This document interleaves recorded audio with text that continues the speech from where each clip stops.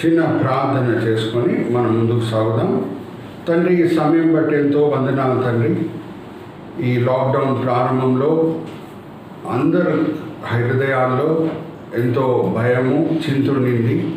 సహవాసం విషయంలో, వాక్యం వినటం విషయంలో మేము ముందుకు సాగగలుగుతామా లేదా అనేది. కానీ తండ్రి, మీ కృపచేత చక్కని మోడర్న్ టెక్నాలజీ మాకు అవైలబుల్ మీరు చేసి మా అందుబాటులో తీసుకొని వచ్చి తండ్రి, మేము సహవాసం విషయంలో అన్నా, వాక్యం వినటం విషయంలో అన్నా ఏ లోటు కూడా లేకుండా మేము ముందుకు సాగేటట్లు మీ కృప చూపిస్తూనే వచ్చి ఉన్నారు.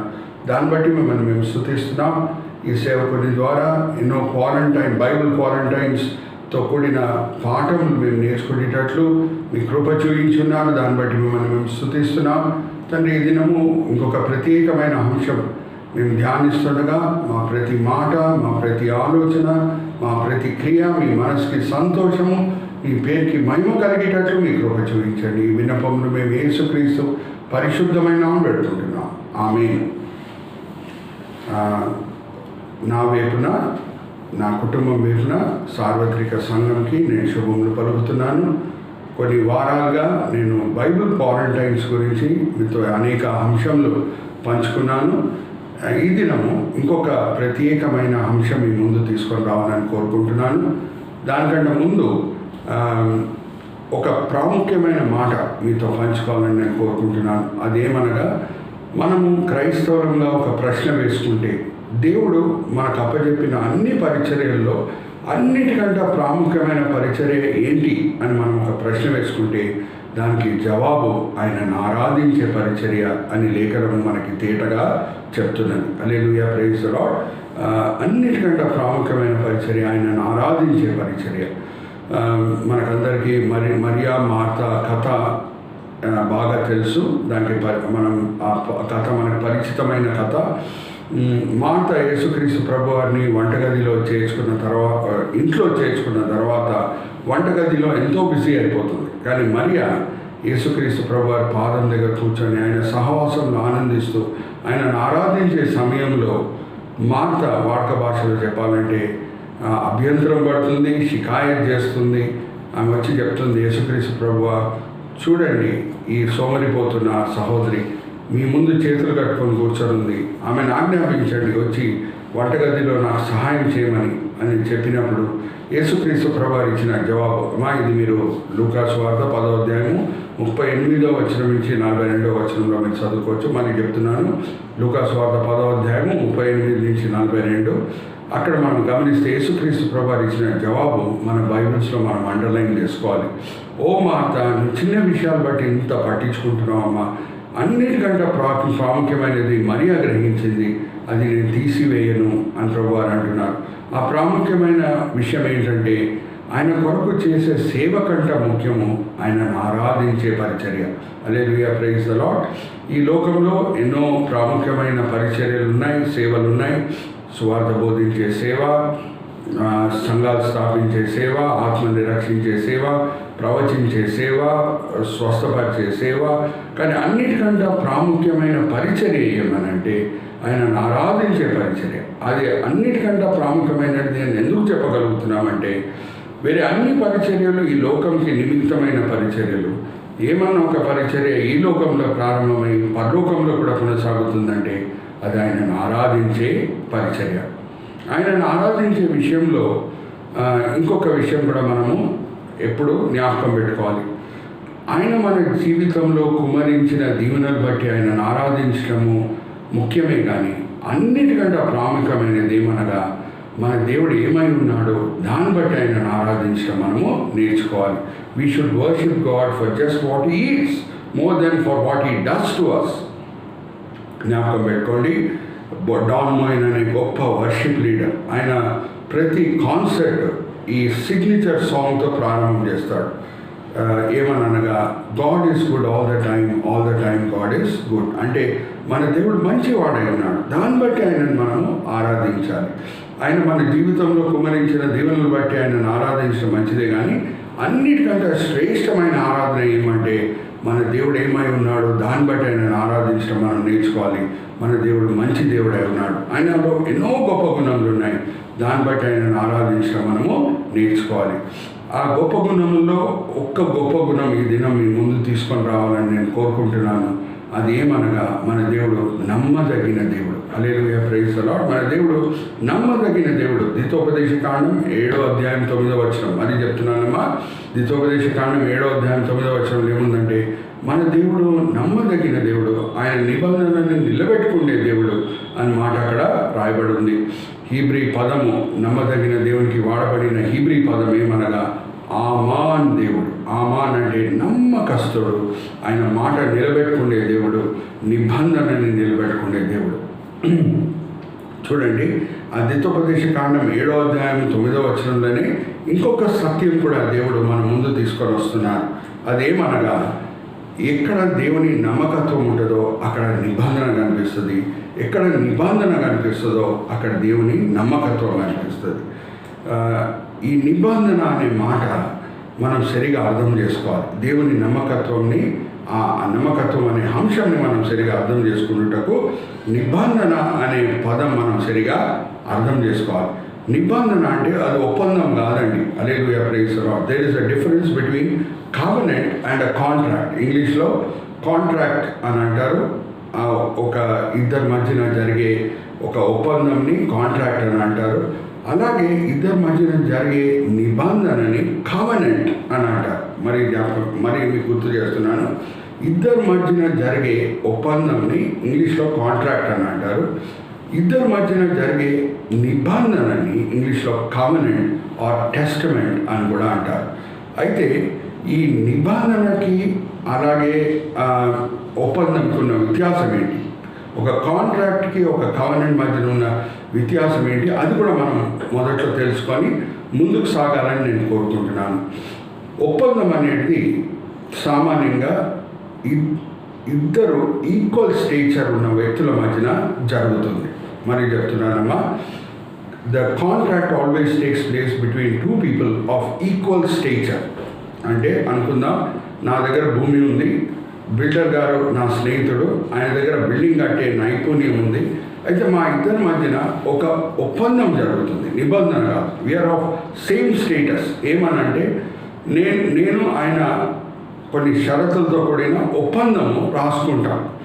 నువ్వు ఇది చేయాలి, నేను ఇది చేయాలి, నేను ఇది చేస్తాను, నువ్వు అది చేస్తావు. దాన్ని ఒప్పందం అని అంటారు. ఒప్పందంలో ఉన్న ఇంకొక విషయం ఏంటంటే, ఇద్దరు ఎవరన్నా షరతులు మీరితే ఒప్పందము రద్దయిపోతుంది. కానీ నిబంధనలో ఉన్న వ్యత్యాసం ఏంటో ఇప్పుడు మీ ముందు తీసుకొని వస్తున్నాను. అది మొదటిగా, it is not an agreement between people of equal status. అది ఇద్దరు ఒకే స్థాయిలో ఉన్న వ్యక్తుల మధ్యన జరిగే అగ్రిమెంట్ కాదు. It is an agreement between a person of higher status and a lower status. ఒక ఆయన పై వ్యక్తి, ఇంకో ఆయన కింద వ్యక్తి, ఆ చిన్న వ్యక్తి, వాళ్ళ మధ్యన జరిగే అగ్రిమెంట్ని నిబంధన ఆర్ కవనెంట్ అని అంటారు. బెస్ట్ ఎగ్జాంపుల్, నాన్నగారు విల్ రాసి ఇవ్వట. నాన్నగారు ఆయన స్టేటస్ వేరు, ఆయన విల్ నామా రాసింది దాన్ని ఒప్పందం అన్నారు కానీ నిబంధన అని అంటారు. అలాగే భార్య భర్తల మధ్యన సంబంధం, దాన్ని కూడా నిబంధన అని అంటారు కానీ ఒప్పందం అని అన్నారు. మలకీ గ్రంథం 2వ అధ్యాయం 14వ వచనం. మరి చెప్తున్నానమ్మా, మలకీ గ్రంథం 2వ అధ్యాయం 14వ వచనం మనం చదివితే అక్కడ పెళ్ళిని నిబంధన అని వర్ణింపబడింది.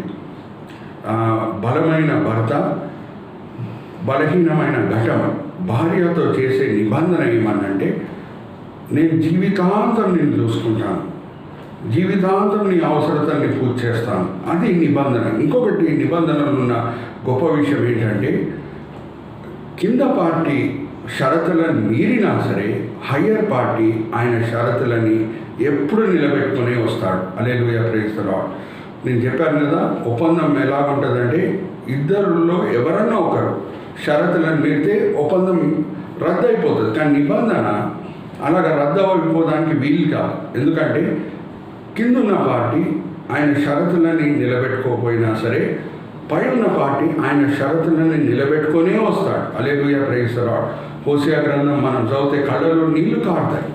ఎందుకంటే అక్కడ హోషేయ ప్రవక్త ఎలాగా ఒక మంచి భర్తగా ఉన్నాడో మనకు అనిపిస్తుంది. ఆయన భార్య అయిన గోమెరు ఆమె నమ్మకస్తురాలుగా లేకపోయినా సరే, ఆమె వేశ్యగా మారినా సరే, హోషేయ మాత్రము ఆయన దేవుని ముందు చేసిన ప్రమాణాలని నిలబెట్టుకొనే వస్తున్నాడు. దేవుడు అదొక సూచనగా చూపిస్తారు.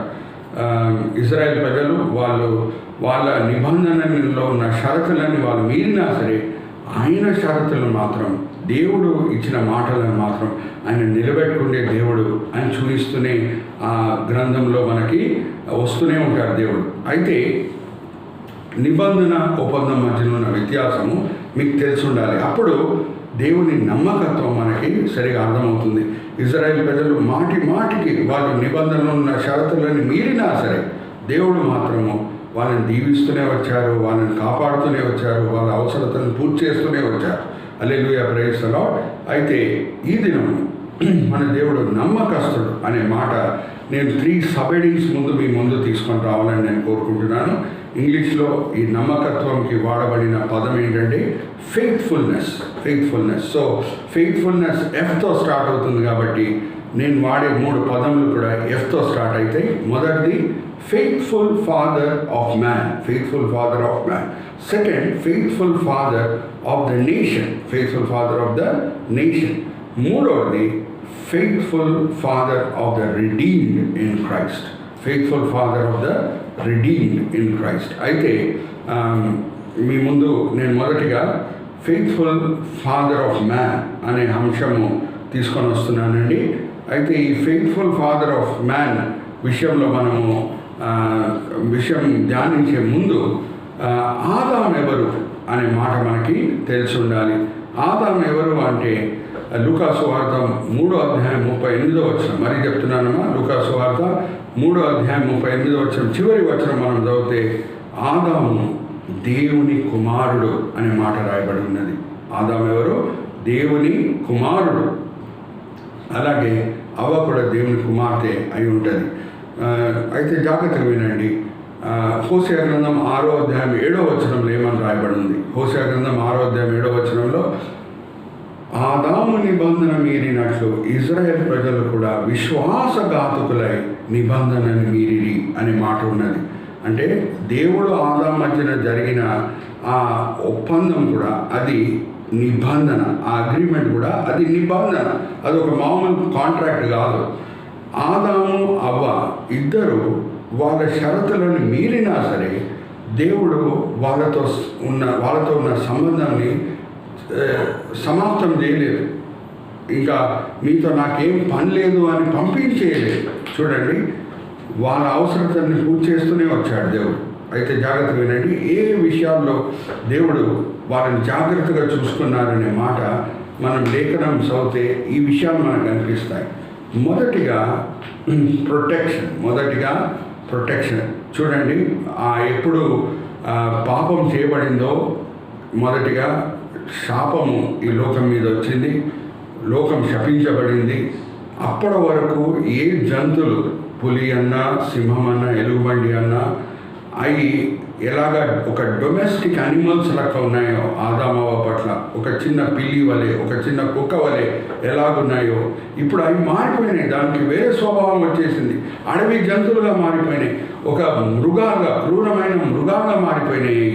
కానీ ఆదామవ్వ జోలికి అవి రాకుండా దేవుడు వాళ్ళని కాపాడాడు. హల్లెలూయా, ప్రైజ్ ది లార్డ్. ఒకసారి దానియేలు గ్రంథం మనం 6వ అధ్యాయం చదివితే దేవుడు అద్భుత రీతిగా దానియేలుని సింహ గుహలో కాచి కాపాడాడు అని మనం గుర్తు చేసుకొని ఎన్నోసార్లు హల్లెలూయా, ప్రైజ్ ది లార్డ్ అని అంటుంటాం. కానీ ఎప్పుడన్నా ఆదామవ్వని ఈ క్రూరమైన మృగాల నుంచి దేవుడు కాపాడాడు, దాన్ని బట్టి హల్లెలూయా, ప్రైజ్ ది లార్డ్ మనం ఎప్పుడైనా చెల్లించామా? ఎప్పుడైనా దేవుని స్తుతించామా? ఒకసారి ఆలోచించండి.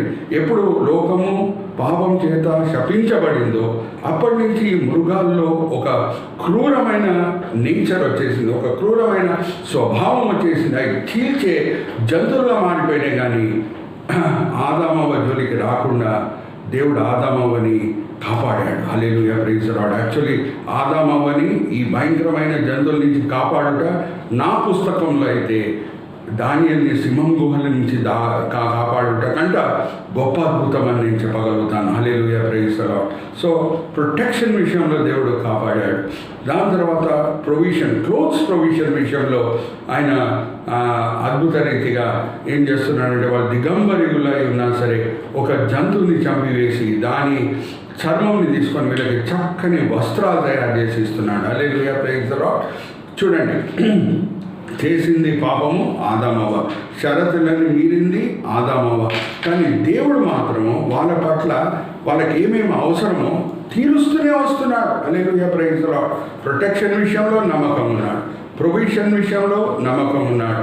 అంటే వాళ్ళు బయటకు వచ్చినప్పుడు ఈదెన్ తోట నుంచి వాళ్ళకి ఆహారం లేకుండా దేవుడు చేయలేదు. చేయాలంటే ఫుల్ భూమిని ఒక ఎడారిగా మార్చేయవచ్చు దేవుడు, కానీ వాళ్ళకి ఆహారం లేకుండా దేవుడు పెట్టలేదు. హల్లెలూయా, ప్రైజ్ ది లార్డ్.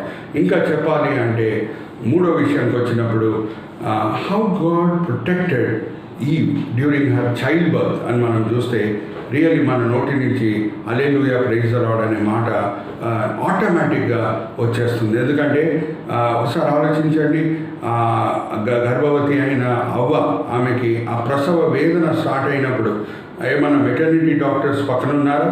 హాస్పిటల్ ఏమైనా పక్కనుందా? ఆదాం ఏమైనా సహాయం చేయగలుగుతాడా?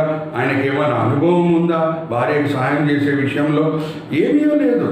దేవుడు కాచి కాపాడాడు అవని. హల్లెలూయా, ప్రైజ్ ది లార్డ్. ఆమె కేయిన్కి జన్మమిచ్చే సమయంలో తల్లి అలాగే బిడ్డ సురక్షితంగా ఉన్నారు ఫస్ట్ డెలివరీ సమయంలో. అంటే అది దేవుని కృపనే. Hallelujah, praise the lord. It is his protection, it is his safeguarding which ensured that Eve gave birth to Cain. Hallelujah, praise the lord. ఒకసారి ఆలోచించండి, ఆ కాలంలో మెటర్నిటీ డాక్టర్స్ లేరు, హాస్పిటల్స్ లేవు, ఇంకా ఈ సానులు కూడా లేరు, మిడ్ వైఫ్స్ కూడా లేరు. మిడ్ వైఫ్స్ గురించి మనము నిర్గమకాండం 1వ అధ్యాయంలో చదువుకోవచ్చు. ఐగుప్తు మిడ్ వైఫ్స్ ఎలాగా సహాయం చేసేవాళ్ళు యూదుల స్త్రీలు పిల్లలకి జన్మం ఇచ్చే సమయంలో అని మనము నిర్గమకాండం 1వ అధ్యాయంలో మనం చదువుకోవచ్చు. కానీ ఆ టైంలో మిడ్ వైఫ్స్ కూడా లేరు.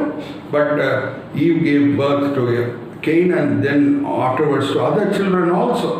సో జస్ట్ ఒకసారి ఆలోచించండి, వాళ్ళు షరతులు మీరినా సరే, నిబంధనలు ఉన్న షరతులు మీరినా సరే, వాళ్ళు నమ్మకస్తులుగా లేకపోయినా సరే, వాళ్ళు విశ్వాసఘాతకులై ఉన్నా సరే, మన దేవుడు మాత్రం నమ్మకంగా వాళ్ళ అన్ని అవసరాలు పూర్తి చేస్తూనే వచ్చాడు. Hallelujah, praise the lord. అలాగే మనము ఇజ్రాయెల్ దేశం గురించి ధ్యానిస్తే, faithful father of the nation, యెషయా గ్రంథం 63వ అధ్యాయంలో మనం చదువుకుంటే దేవుడే ఇజ్రాయెల్ దేశానికి తండ్రి అనే మాట అక్కడ రాయబడి ఉన్నది. అయితే అక్కడ కూడా ఇజ్రాయెల్ దేశం విషయంలో కూడా దేవుడు నమ్మకంగా వాళ్ళని చూసుకున్నాడు. వాళ్ళు ఎన్నోసార్లు ఈయన దుఃఖపరిచినా సరే, ఎన్నోసార్లు విశ్వాసఘాతకులై ఉన్నా సరే, ఎన్నోసార్లు దేవుని తునీకరించినా సరే, దేవుడు వాళ్ళతో ఉన్న సంబంధంని తెంపివేయలేదు. Hallelujah, praise the Lord. ఎందుకంటే he is the higher party and they are the lower party. దేవుడు నిబంధనని నిలబెట్టుకునే దేవుడై ఉన్నాడు. మన దేవుడు నిబంధనని నిలబెట్టుకునే దేవుడై ఉన్నాడు. అయితే జాగ్రత్త వినండి, చాలా పరిచితమైన వాక్య భాగము, చాలాసార్లు న్యూ ఇయర్ టైంలో కూడా మనం చదువుతుంటాము.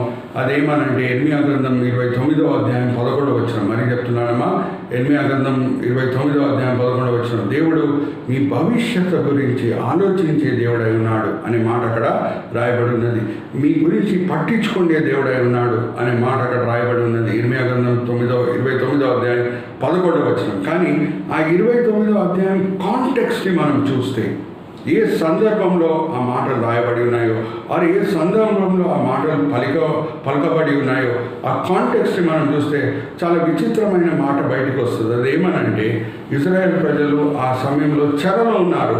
ఇర్మియా ఈ దేవుని మాటలు పత్రికలో రాసి పంపిస్తున్నాడు. దేవుడు మీ పట్ల కంగారు కలిగిన దేవుడై ఉన్నాడు, మీ గురించి చింతించే దేవుడై ఉన్నాడు, మీ గురించి పట్టించుకునే దేవుడై ఉన్నాడు, మీ భవిష్యత్తు గురించి ఆయన చాలా ఆలోచన కలిగి ఉన్నాడు అనే మాట ఇర్మియా పత్రిక రూపంగా బాబిలోన్ చెరలో ఉన్న ఇజ్రాయెల్ ప్రజలకి పంపించాడు అనే మాట మనము ఇర్మియా గ్రంథం 29వ అధ్యాయం మొదటి 3 వచనాలు చదివితే మనకి అది అర్థమవుతుంది. అయితే ఇజ్రాయెల్ ప్రజలు ఆ బాబిలోన్ దేశంకి వెళ్ళి ఉన్నారు అంటే ఏదో మంచి పని చేసి వెళ్ళలేదు. హల్లెలూయా, ప్రైజ్ ది లార్డ్. దేన్ని బట్టి వాళ్ళు బాబిలోన్ చెరకు వెళ్ళారు? వాళ్ళు విశ్వాసఘాతకులై, దేవుణ్ణి మాటలు వినకుండా మనసు కఠోరపరచుకొని ఆయన పంపించిన ప్రవక్తలని హింసించి కొట్టి కొంచెం మందిని చంపి వేసేసి దేవునితో మాకేం సంబంధం లేనని ప్రవర్తించినప్పుడు అప్పుడు బాబిలోను రాజు వచ్చి వాళ్ళని చెరలో తీసుకొని వెళ్తున్నాడు. శాపాలు వాళ్ళే తెచ్చుకున్నారు వాళ్ళ మీద. దేవుడు చెప్తున్నాడు వాళ్ళకి వాగ్దాన దేశం ఇచ్చే ముందే ద్వితోపదేశ కాండం 28వ అధ్యాయంలో మరీ చెప్తున్నానమ్మా, ద్వితోపదేశ కాండం 28వ అధ్యాయంలో మీరు నన్ను వెంబడిస్తే ఎటువంటి దీవెనలు మీ వెంట పడతాయి అని దేవుడు వివరంగా అన్ని విషయాలు చెప్తున్నారు. అలాగే మీరు నన్ను తుణీకరిస్తే నా మాటల పట్ల మీరు విధేయులుగా లేకుండా ఉంటే ఎటువంటి శాపాలు మీ వెనకాల వెంటాడతాయో అవన్నీ కూడా దేవుడు 28వ అధ్యాయంలో రాసిపెట్టి ఉన్నాడు. ఇంకా ప్రవక్తలు ఉన్నారు వాళ్ళ మధ్యన వాళ్ళని సరైన దారిలో నడిపించటకు. కానీ ఇజ్రాయెల్ ప్రజలు ఎస్పెషల్లీ దావీదు పరిపాలన అయిపోయిన తర్వాత భయంకరమైన విగ్రహారాధనలో దిగజారిపోయి వాళ్ళ వాగ్దాన దేశాన్ని తాత్కాలికంగా పోగొట్టుకుంటున్నారు. బాబిలోను రాజు వచ్చి వాళ్ళని తీసుకొని వెళ్ళిపోతున్నాడు. అయితే జాగ్రత్త వినండి, ఇజ్రాయెల్ ప్రజలు బాబిలోన్లో ఉన్నప్పుడు కూడా దేవుడు వాళ్ళతో ఉన్న సంబంధంని తెంపివేయలేదు. Hallelujah, praise the lord. వాళ్ళకి చక్కని నాయకులు ఇచ్చాడు.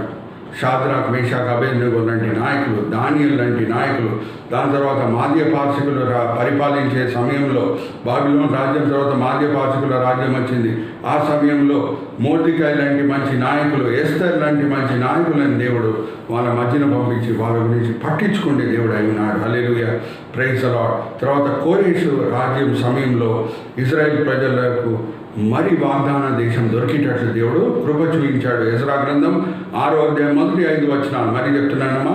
ఎజ్రా గ్రంథం 6వ అధ్యాయం మొదటి 5 వచనాలు మనం చదివితే అక్కడ ఏమని రాయబడింది? కోరేషు రాజు మనసుని దేవుడు ప్రేరేపించి చాటింపజేస్తున్నాడు. ఏమనంటే ఇజ్రాయెల్ ప్రజలు ఎవరెవరు బాబిలోన్లో ఉన్నారో, ఎవరెవరో మాధ్యపార్షిక రాజ్యంలో చెదిరిపోయి ఉన్నారో వాళ్ళందరూ కూడా తిరిగి యెరూషలేంకి వెళ్ళిపోవచ్చు, వాళ్ళ సొంత ఆలయము కట్టుకోవచ్చని. హల్లెలూయా, ప్రైజ్ ది లార్డ్. ఆ పని కూడా దేవుడే ఆ కోరేషు రాజు ద్వారా చేపించాడనే మాట మనం ఎజ్రా గ్రంథం మొదటి అధ్యాయం మొదటి 5 వచనాల్లో మనము చదువుకోవచ్చు. అయితే ఈరోజు మాటలో ఇంకొక మాట మీ ముందు తీసుకొని వస్తున్నాను. అంశంలో కూడా ఇంకొక అంశం మీ ముందు తీసుకొని వస్తున్నాను. ఈ కోరేషు రాజుని దేవుడు ఎలాగ వాడుకున్నాడో అనేది యెషయా గ్రంథం 44వ అధ్యాయము చివరి 3 వచనాలు, అలాగే 45వ అధ్యాయం యెషయా గ్రంథం మొదటి 2 వచనాలు మనము ఎప్పుడన్నా చదువుకోవాలమ్మా. ఈరోజు మీరు హోంవర్క్గా తీసుకొని చదవండి. మరి చెప్తున్నాను, యెషయా గ్రంథం 44వ అధ్యాయం చివరి 3 వచనాలు, అలాగే 45వ అధ్యాయం మొదటి 2 వచనాలు. అక్కడ కోరేషుకి ఇవ్వబడిన పేరేంటంటే నా మంద కాపరి అని అంటున్నాడు. హల్లెలూయా, ప్రైజ్ ది లార్డ్.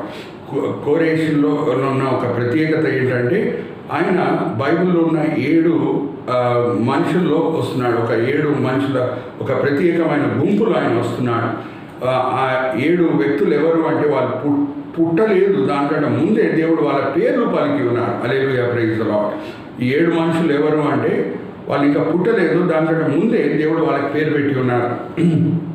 మొదటిగా మనం తీసుకుంటే ఇష్మాయిల్ పుట్టలేదు, ముందే దేవుడు ఆయన పేరు ప్రకటించాడు. నెక్స్ట్ ఇసాక్ పుట్టలేదు, ముందే దేవుడు ఆయన పేరు ప్రకటించాడు. మూడవది సొలొమోన్ రాజు పుట్టలేదు, ముందే దేవుడు ఆయన పేరు ప్రకటించాడు. 4వ వ్యక్తి జోసియా రాజు పుట్టలేదు, ముందే దేవుడు జోసియా రాజు నామము ప్రకటించాడు. అలాగే కోరేషు రాజు ఆయన పుట్టలేదు, దానికంటే ముందే దేవుడు ఆయన నామం ప్రకటించారు. కొత్త నిబంధనకు వస్తే బాప్తిజం ఇచ్చే యోహాను ఆయన పుట్టలేదు, దానికంటే ముందే ఆయన నామం ప్రకటింపబడింది.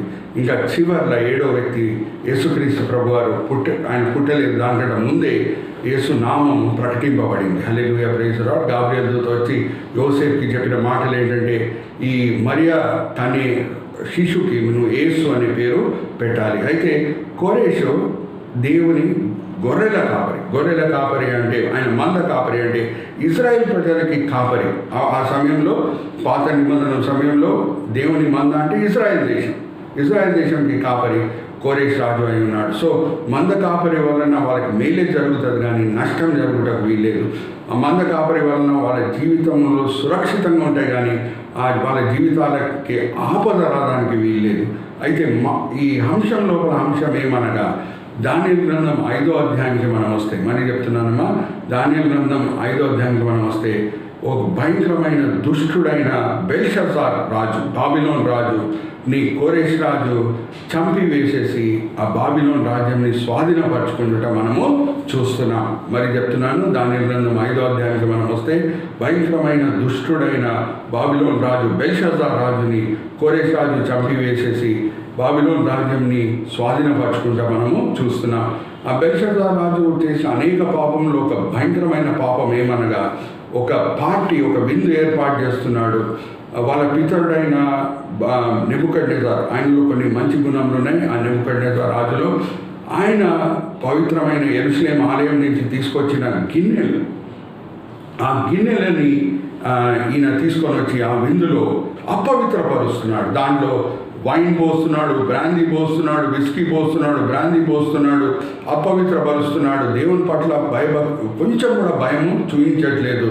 అప్పుడు దేవుడు శపిస్తున్నాడు. ఒక చెయ్యి వచ్చి రాస్తుంది గోడ మీద, మెనే మెనే తెకేల్ ఉపార్సిన్. దాని అర్థము దానియేలు ప్రవక్త చెప్తూ బెల్షస్సార్ రాజుకు చెప్పిన మాట ఏంటంటే, ఈ రాత్రి వేళ నువ్వు చనిపోతావని. మరి చెప్తున్నాను, దానియేలు ప్రవక్త వచ్చి ఆ మెనే మెనే తెకేల్ ఉపార్సిన్కి అర్థం చెప్తూ ఒక మాట చెప్తాడు, ఈ రాత్రి వేళ నువ్వు చనిపోతావు. ఇప్పుడు ప్రేక్షకులకి నేను ఒక ప్రశ్న అడగాలని నేను కోరుకుంటున్నాను. ఆ ప్రశ్న ఏంటంటే, ప్రెసిడెంట్ డొనాల్డ్ ట్రంప్ ఆయన ఉండే ఇల్లు ఏంటి, ఆర్ రెసిడెన్స్ ఏంటి అనగానే మీరు వెంటనే వైట్ హౌస్ పాస్టర్ గారు అని అంటారు. ఇప్పుడు నెక్స్ట్ ప్రశ్న ఏంటంటే, వైట్ హౌస్ లోపల దూరి డొనాల్డ్ ట్రంప్ని ఎవరైనా చంపదగలుగుతారా? ఒకసారి ఆలోచించండి. Is it easy? Not easy. It's almost impossible. అంత సెక్యూరిటీ ఉంటుంది. అయితే ఆ కాలంలో బాబిలోన్ రాజు, ఆయన వరల్డ్ సూపర్ పవర్ ఆ టైంలో. అయితే ఆ వరల్డ్ సూపర్ పవర్ రాజభవనం లోపల వెళ్ళి ఎవరన్నా ఆయనని అలా చంపేయగలుగుతారా? Is it possible? కానీ దానియేలు ప్రవక్త అయితే దేవుని చేత ప్రేరేపించబడి ఒక మాట పలికేస్తున్నాడు, బెల్షస్సార్ రాజు ఇదే నీ చివరి రాత్రి అని చెప్పేస్తున్నాడు. అయితే అలాగే జరిగింది. దానియేలు ప్రవక్త చెప్పినట్లే మాధ్యపార్షకుడైన రాజు ఆయన కోరెష్ వచ్చి ఆ బాబిలోన్ రాజు బెల్షస్సార్ రాజుని చంపివేయటం మనం దానియేలు గ్రంథం 5వ అధ్యాయంలో చూసుకోవచ్చు. అయితే జాగ్రత్తగా వినండి, ఇది ఎలాగ జరిగింది అని మనం గమనిస్తే, సైనికులు లేరా బెల్షస్సార్ రాజు దగ్గర కోరెష్ రాజుతో యుద్ధం చేయడానికి? ఆయన ఎలాగ దూరాడు? ఆ బాబిలోన్ పట్టణం చుట్టూ గోడలు లేవా, ప్రకారం లేదా, ద్వారములు లేవా? ఎలాగ ఆయన రాగలుగుతాడు? వైట్ హౌస్ లోపల అలాగ వెళ్ళి అలాగ డొనాల్డ్ ట్రంప్ని మనం చంపేయగలుగుతామా? చంపేయలేము.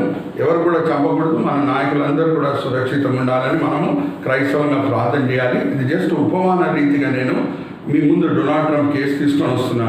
అయితే బాబిలోన్ కూడా ఆ టైంలో వరల్డ్ సూపర్ పవర్స్. చూడండి, ఇప్పటి వరకు లోకంని పరిపాలించిన వరల్డ్ సూపర్ పవర్స్, యూదులని హింసించిన వరల్డ్ సూపర్ పవర్స్ ఏంటంటే ఐగుప్తు. సమయం అనుసారంగా నేను చెప్తున్నాను. మొదటిగా ఐగుప్తు, దాని తర్వాత అషూర్లు, దాని తర్వాత బాబిలోను, దాని తర్వాత మాధ్యపార్షికులు, దాని తర్వాత గ్రీకులు, దాని తర్వాత రోమిలు. రాబోయే క్రీస్తు విరోధి రాజ్యం కూడా రాబోతుంది. అది కూడా యూదులని నానా హింసలు పెడుతుంది. అయితే జాగ్రత్త వినండి.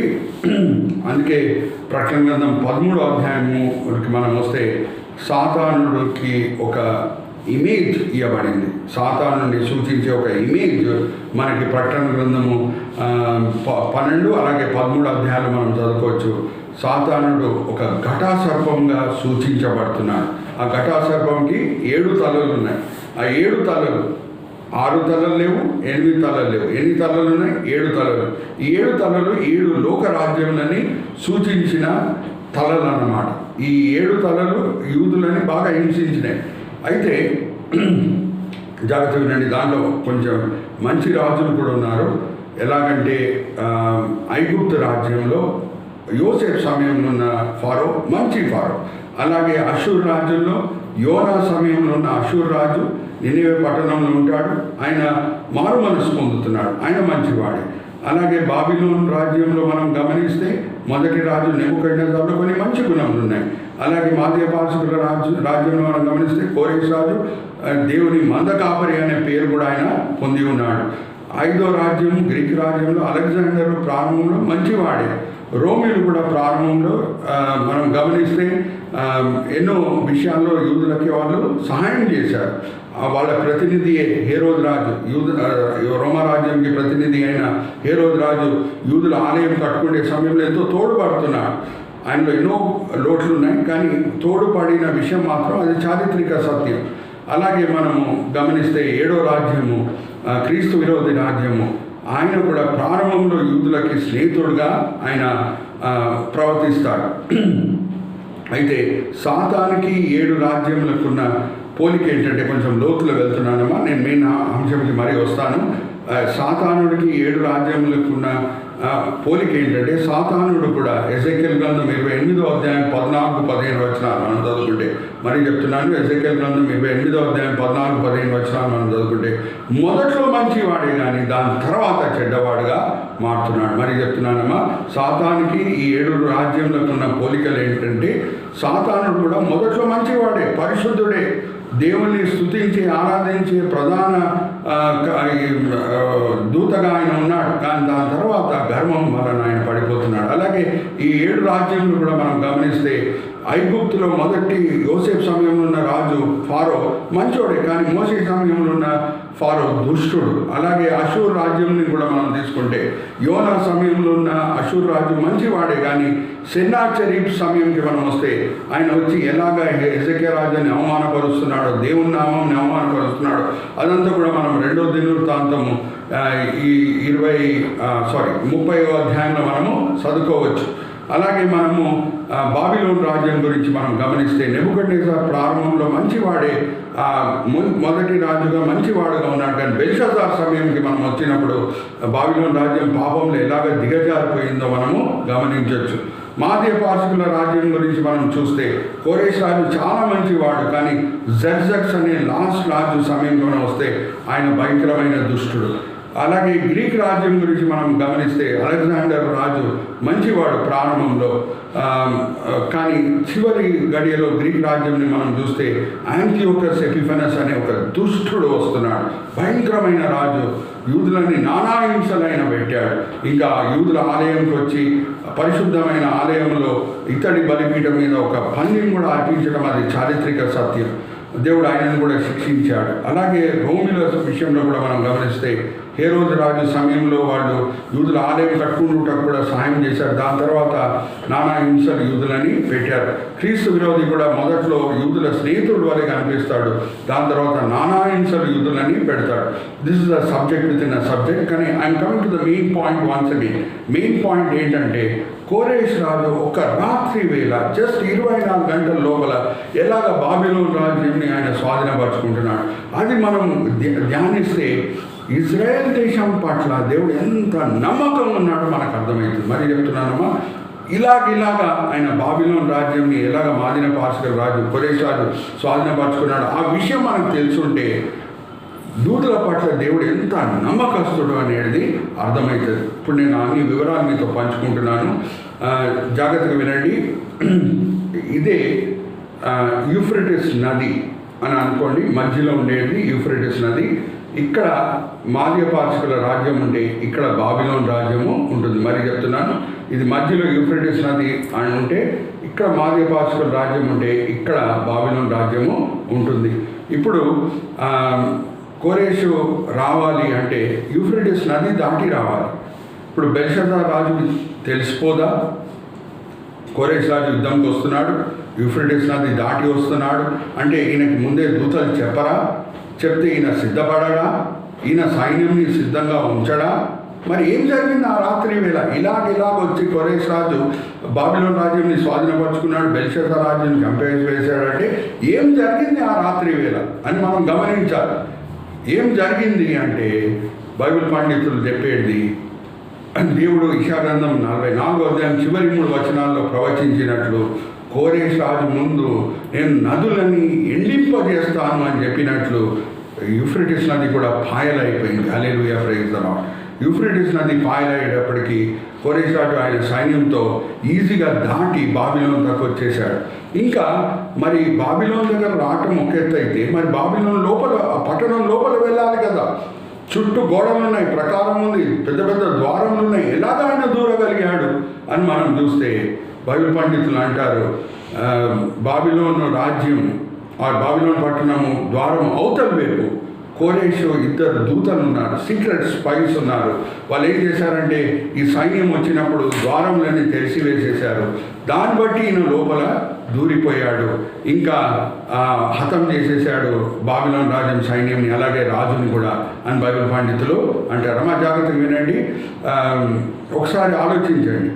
అదే ఆ ద్వారములు తెరవబడకుండా ఉంటే, యెషయా గ్రంథం 45వ అధ్యాయం మరి మొదటి 2 వచనాలు మీకు గుర్తు చేస్తున్నాను. యెషయా గ్రంథం 45వ అధ్యాయం మొదటి 2 వచనాలు దేవుడు ముందే ప్రవచించాడు, కోరేషు రాజు ముందు నేను ద్వారములని విప్పే దేవుడిని అని. హల్లెలూయా, ప్రైజ్ ది లార్డ్. మరి చెప్తున్నానమ్మా, కోరేషు రాజు ముందు నేను ద్వారములని విప్పే దేవుడై ఉన్నాను అని యెషయా గ్రంథం 45వ అధ్యాయం మొదటి 2 వచనాలు మనం చదువుకోవచ్చు. అయితే ఆ తలుపులు తెరవబడినాయి. లేకుండా ఏం చేసేవాడు ఒకసారి ఆలోచించండి. కోరేషు రాజు ఆ తలుపులను ఇరగొట్టేవాడు, ఆ ద్వారములని ఇరగొట్టేవాడు. ఇరగొడితే ఏమవుతుంది? శబ్దం వస్తుంది. శబ్దం వస్తే ఏమవుతుంది? బాబిలోను సైన్యం హుషారైపోతుంది. వాళ్ళ సైనికులు సిద్ధంగా ఉంటారు. వాళ్ళ కత్తులను తీసుకుంటారు, వాళ్ళ తుపాకులను తీసుకుంటారు. ఆ కాలంలో తుపాకులు లేవనుకోండి, వాళ్ళ ఈటలను తీసుకుంటారు, వాళ్ళ వీళ్ళని తీసుకుంటారు, వాళ్ళ బాణాలను తీసుకుంటారు. వాళ్ళు సిద్ధపడతారు. దాని తర్వాత కోరేషు రాజు ఆ ద్వారం నిలబొట్టి లోపల వస్తాడు. ఇద్దరి మధ్యలో యుద్ధం జరుగుతుంది. కోరేషు రాజు గెలుస్తాడు దేవుని చిత్తం ప్రకారంగా. అలాగే బెల్షస్సర్ రాజును కూడా చంపివేసేస్తాడు. కానీ ఏం జరుగుతుందో ఒకసారి ఆలోచించండి. ఏం జరిగేది?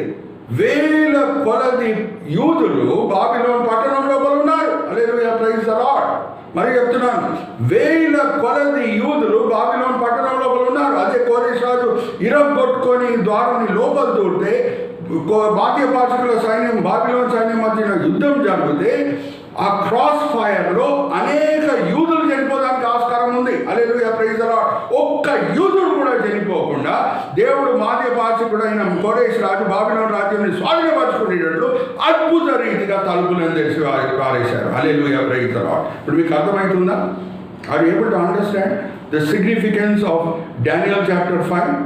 ఎన్నోసార్లు మనం చదువు ఉండొచ్చు, కానీ ఎలాగో ఒక రాజు ఇంకొక రాజ్యం లోపల అలాగ దూరి, అది కూడా సూపర్ పవర్ రాజ్యం లోపల అలాగ దూరి, అంత విశాలమైన పట్టణం బాబిలోను పట్టణం లోపల దూరి అలాగ ఒక రాజుని చంపివేయగలుగుతాడు. ఎప్పుడన్నా మనం ఆలోచించామా, ధ్యానించామా? హల్లెలూయా, ప్రైజ్ ది లార్డ్.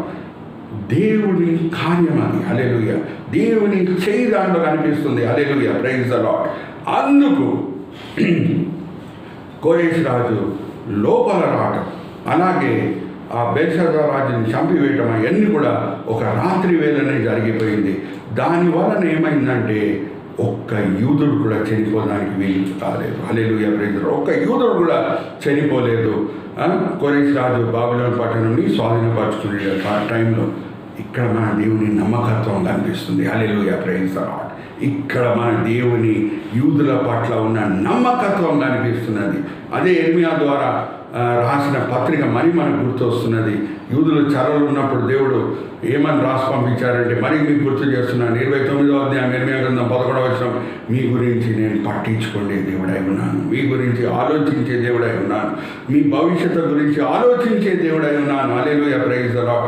ఎప్పుడు కోరేషు రాజు బాబిలోను రాజ్యాన్ని స్వాధీనపరచుకున్నాడో, అది ఎలాగ స్వాధీనపరచుకున్నాడో ఆ విషయంలో దేవుడు ఒక అద్భుతం చేశారు. కాబట్టి ఆ స్వాధీనపరచుకునే సమయంలో ఒక్క యూదుడు కూడా చనిపోలేదు. హల్లెలూయా, ప్రైజ్ ది లార్డ్. దాని తర్వాత కోరేషు రాజు బాబిలోను రాజ్యాన్ని స్వాధీనపరచుకున్న తర్వాత వరల్డ్ సూపర్ పవర్ ఆయనే అయిపోయిన తర్వాత అప్పుడే మనం చదువుతాం కదా, ఎజ్రా గ్రంథం 1వ అధ్యాయం మొదటి 5 వచనాలు, ఆయన దేవుని చేత ప్రేరేపణ పొంది చాటింపజేస్తున్నాడు. ఏమనంటే, నా రాజ్యం విశాలమైన రాజ్యంలో ఉన్న యూదులందరూ కూడా తిరిగి యెరూషలేముకి వెళ్ళిపోవచ్చు, తిరిగి వాళ్ళ ఆలయం కట్టుకోవచ్చు, నేను దానికి సహాయం చేస్తాను అని చాటింపజేస్తున్నాడు. హల్లెలూయా, ప్రైజ్ ది లార్డ్. అందుకే కోరేషు రాజుకి దేవుడే పెట్టిన పేరు ఏంటంటే నా మంద కాపరి. హల్లెలూయా, ప్రైజ్ ది లార్డ్.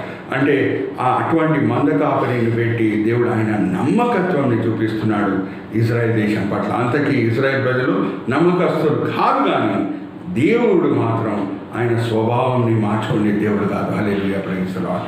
వాళ్ళు నమ్మకస్తులుగా లేకపోయినా సరే ఆయన స్వభావం మారదు. హల్లెలూయా, ప్రైజ్ ది లార్డ్. ఆదాం పట్ల, అవ్వ పట్ల దేవుడు ఎలాగ నమ్మకంగా ఉన్నాడో, వాళ్ళు నమ్మకస్తులుగా లేకపోయినా సరే ఇజ్రాయెల్ దేశం పట్ల కూడా అలాగే నమ్మకస్తుడిగా దేవుడు ఉండటం మనము చూస్తున్నాం. ఇప్పుడు I'm coming to the last subheading, that is faithful to the redeemed in Christ, faithful father of the redeemed in Christ. 2 తిమోతి 2వ అధ్యాయం 13వ వచనం, మరి చెప్తున్నాను, 2 తిమోతి 2వ అధ్యాయం 13వ వచనం, మనం నమ్మకస్తులుగా లేకపోయినా సరే మన దేవుడు నమ్మకస్తుడై ఉన్నాడు, ఆయన స్వభావంకి విరోధంగా ఆయన ఏమీ చేయలేడు అనే మాట అక్కడ రాయబడి ఉంది.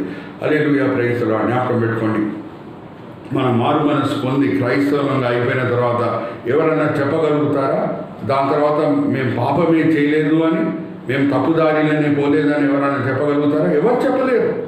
అనేక సార్లు మనం పడిపోయి ఉండొచ్చు, కానీ నమ్మకంగా దేవుడు మనల్ని సరిదిద్ది మరీ సరిదారిలో తీసుకొని వచ్చే దేవుడై ఉన్నాడు. హల్లెలూయా, ప్రైజ్ ది లార్డ్.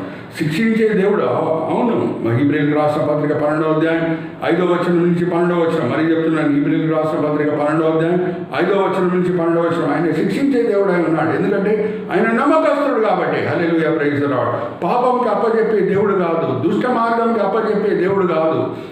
ఎవరితో ఆయన నిబంధన కలిగి ఉన్నాడు. హల్లెలూయా, ప్రైజ్ ది లార్డ్. ఎవరితో ఆయన నిబంధన కలిగి ఉన్నాడు, వాళ్ళని శిక్షించి అన్న సరిదారిలో తీసుకొని వచ్చే దేవుడు, వాళ్ళకి పరలోకం సిద్ధపరిచే దేవుడు. హల్లెలూయా, ప్రైజ్ ది లార్డ్.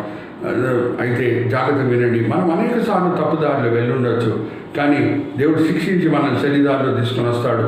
అప్పుడు మనం పశ్చాత్తాపం పొంది, ప్రభువా ఇంకొకసారి ఆ పాపం మేము చేయము, ప్రభువా ఇంకొకసారి ఆ పాపం జోలికి మేము పోము అని తీర్మానం చేసుకున్నప్పుడు మరి మనల్ని క్షమించి మనల్ని నడిపించే దేవుడై ఉన్నాడు. హల్లెలూయా, ప్రైజ్ ది లార్డ్.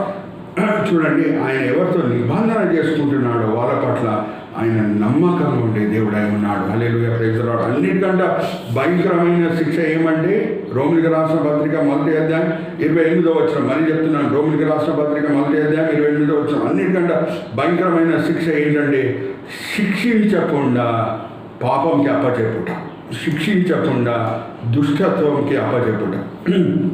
అది ఎవరి పట్ల అట్లా ఉంటాడంటే, ఎవరితో దేవుడు నిబంధన కలిగి లేడో వాళ్ళతో అట్లా ఉంటాడు. కానీ నిబంధనతో కూడిన సంబంధం ఎటువంటిదంటే దేవుంది.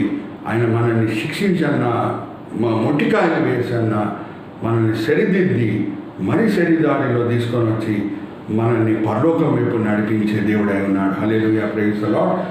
అందుకే నేను ఎన్నోసార్లు చెప్తుంటాను మా సంఘ సభ్యులకు కూడా, ఎన్ని బోన్స్ ఉన్నాయి నీ శరీరంలో అని అడిగినప్పుడు అందరు జవాబిచ్చేది ఏంటంటే, పాస్టర్ గారు 206 బోన్స్ ఉన్నాయి, 206 ఎముకలు ఉన్నాయి అని చెప్తుంటారు. అప్పుడు నేను చెప్పేది ఏంటంటే, ఈ 206 ఎముకలను కూడా దేవుడు ఇరగొట్టి, హల్లెలూయా, ప్రైజ్ ది లార్డ్, జ్ఞాపకం పెట్టుకోండి, ఈ 206 ఎముకలను కూడా ఇరగొట్టి పడగ మీద వేసినా సరే హల్లెలూయా, ప్రైజ్ ది లార్డ్ అని చెప్పండి. ఎందుకంటే దేవుడు మిమ్మల్ని విడిచిపెట్టలేదు. హల్లెలూయా, ప్రైజ్ ది లార్డ్. శిక్షిస్తున్నాడు అంటేనే దాని అర్థం ఏంటంటే దేవుడు మీ గురించి పట్టించుకునే దేవుడై ఉన్నాడు. ఇశ్రాయేలు ప్రజలు భయంకరమైన విగ్రహారాధికులుగా మారిపోయినప్పుడు తాత్కాలికంగా వాళ్ళని వాగ్దాన దేశం నుంచి బయటికి తీసుకొని వెళ్ళాడు. బాబిలోన్ రాజును వాడుతున్నాడు, వాళ్ళు చెరకి వెళ్ళారు. కానీ 70 సంవత్సరాల తర్వాత నమ్మకస్తుడు కాబట్టి, వాళ్ళ పట్ల ఎంతో ప్రేమ కలిగి ఉన్నాడు కాబట్టి మరి వాగ్దాన దేశంకి కోరేష్ రాజును వాడి తీసుకొని వచ్చాడు. Hallelujah, praise the lord. అలాగే క్రైస్తవులను కూడా దేవుడు ఇచ్చిపెట్టే దేవుడు కాదమ్మా. మరి ఆ 2 తిమోతి 2వ అధ్యాయం 13వ వచనం మీకు గుర్తు చేస్తున్నాను, మనం నమ్మకంగా లేకపోయినా ఆయన నమ్మకస్తుడు. హల్లెలూయా, ప్రైజ్ ది లార్డ్. అందుకని నేను ఎటువంటి పాపం అన్నా నేను చేస్తాను, ఇప్పుడు ఎనివే దేవుడు క్షమించే దేవుడే కదా అని మనం అట్లా జీవించకూడదు. ఆయన దహించే అగ్ని కూడా. హల్లెలూయా, ప్రైజ్ ది లార్డ్. జ్ఞాపకం పెట్టుకోండి, మనం దేవుని ప్రేమని చులకనగా చూడకూడదు. మనము మన పని చేయాలి, దేవుడి పని దేవుడు చేస్తారు. హల్లెలూయా, ప్రైజ్ ది లార్డ్. మనం తప్పుదారిలో పోయినా సరే శిక్షించి సరిదారిలో తీసుకొని వచ్చి మరి పరలోకం వైపు నడిపించే దేవుడై ఉన్నాడు. మనం లోబడదాము, ఆయన నమ్మకత్వం బట్టి ఆయనను ఆరాధిద్దాం. హల్లెలూయా, ప్రైజ్ ది లార్డ్. ఆయన నమ్మకత్వం బట్టి మనం ఆరాధించే క్రైస్తవులమై ఉందాం. సో ఈరోజు నేను మీ ముందు తీసుకొని వచ్చిన 3 సబ్హెడింగ్స్ ఏమనగా, మెయిన్ టైటిల్ గాడ్స్ ఫెయిత్ఫుల్నెస్ కాబట్టి, ఆ ఫెయిత్ఫుల్నెస్ అనే మాట ఎఫ్తో స్టార్ట్ అవుతుంది కాబట్టి నేను మీ ముందు తీసుకొని వచ్చిన 3 F's ఏంటంటే faithful father of man, faithful father of Adam. Hallelujah, praise the Lord. లూకాసు వార్త 3:38 వచనంలో Adam is the son of God అనే మాట అక్కడ రాయబడి ఉంది. ఆదాము నమ్మకంగా లేపైనా సరే దేవుని ఆయన నమ్మకత్వం చూపిస్తూనే వచ్చాడు. అలాగే faithful father of the nation, Israel ప్రజల పట్ల కూడా వాళ్ళు నమ్మకంగా లేపైనా సరే అనేక సార్లు వాళ్ళు తప్పుదారిలో వెళ్ళినా సరే సరిదిద్ది వాళ్ళని మరీ సరిదారిలో తీసుకొని వచ్చాడు. Hallelujah, praise the lord. క్రైస్తవులంగా మనం కూడా అప్పుడప్పుడు తప్పుదారిలో వెళ్ళినా సరే మనల్ని శిక్షించన్న మరీ సరిదారిలో తీసుకొని వచ్చే దేవుడై ఉన్నాడు. హల్లెలూయా, ప్రైజ్ ది లార్డ్. ఆయనతో సంబంధం కలిగి ఉండటమే మన అన్నిటికంటే గొప్ప ధన్యత. హల్లెలూయా, ప్రైజ్ ది లార్డ్. దానికంటే మించిన ధన్యత ఈ ప్రపంచంలో వేరే ఏదీ లేదు. నన్ను ఎవరన్నా అడిగితే, పాస్టర్ సురేష్ గారు మీ దగ్గర ఉన్న అన్నిటికంటే విలువైన ధన్యత ఏంటంటే నేను ఒకటే చెప్తాను, నా దేవునితో ఉన్న సరి అయిన సంబంధం. హల్లెలూయా, ప్రైజ్ ది లార్డ్. దానికి మించింది వేరే ఏదీ లేదు. నా దేవుడు నాకు తండ్రి అయి ఉన్నాడు, దానికి మించింది వేరే ఏదీ లేదు. ఆయన నమ్మకస్తుడు, ఆయన నన్ను మోసుకొని వెళ్ళే దేవుడై ఉన్నాడు. హల్లెలూయా, ప్రైజ్ ది లార్డ్. అది మన గొప్ప ధన్యత. దాన్ని బట్టి మనము దేవుని ఆరాధించే క్రైస్తవులమై ఉండాలి. మన దేవుడు నమ్మకస్తుడు, చివరి గడియ వరకు మనల్ని నడిపించే దేవుడు, పరలోకం తీసుకొని వెళ్ళే దేవుడు. ఆయన పట్ల మనం కూడా నమ్మకంగా స్పందిద్దాం, నమ్మకంగా ఉందాం, ఆయన చెప్పిన మాటలు విందాం, ఆయన చెప్పిన దారిలో మనం నడుచుకుందాం. హల్లెలూయా, ప్రైజ్ ది లార్డ్. ఇక్కడ నేను ముగించేస్తున్నాను. ముగింపు ప్రార్థన చేసుకొని మనం ముగించుకుందాం. తండ్రి, ఈ సమయం బట్టి ఎంతో వందనాలు. తండ్రి, మీరు నమ్మకస్తుడై ఉన్నారు, నమ్మదగిన దేవుడై ఉన్నారు. తండ్రి, ఆదాము జీవితంలో మేము చూసి ఉన్నాం. ఆయన నమ్మకంగా లేకపోయినా సరే మీ నమ్మకత్వంని ఆయన పట్ల మీరు చూపిస్తూనే వచ్చారు. ఇజ్రాయెల్ దేశం చరిత్రను మేము చూసి ఉన్నాం. వాళ్ళు నమ్మకస్తులుగా లేకపోయినా సరే మీ నమ్మకత్వంని చూపిస్తూనే వచ్చి ఉన్నారు. మా క్రైస్తవ జీవితాలను మేము గుర్తు చేసుకుంటున్నాం. అప్పుడప్పుడు మేము నమ్మకంగా లేకపోయినా సరే తండ్రి, మీ నమ్మకత్వంని మీరు చూపించే దేవుడై ఉన్నారు. తండ్రి, మేము కూడా నమ్మకంగా చివరి గడియ వరకు మిమ్మల్ని వెంబడించే ఆ ఇరుకు మార్గంలో ఉన్న క్రైస్తవుల వలె నడుచుకునేటట్లు మీ కృప చూపించండి. తండ్రి, మీరే మమ్మల్ని తీసుకొని వెళ్ళండి.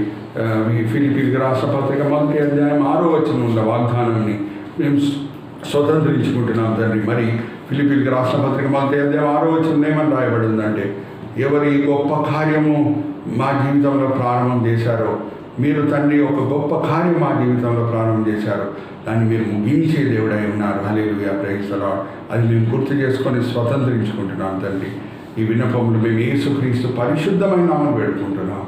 ఆమేన్, ఆమేన్. సార్వత్రిక సంఘంకి మరి ఇంకొకసారి నా వైపున, నా కుటుంబం వైపున శుభములు పలుకుతున్నాను. వచ్చే వారం మనం కలుసుకునే వరకు అందరూ దేవుని ఆత్మచేత నడిపింపబడండి. దేవుని వాక్యం మీద ఆధారపడి నడుచుకోండి. తిరిగి మనం కలుద్దాం. హల్లెలూయా, ప్రైజ్ ది లార్డ్. మారనాథ.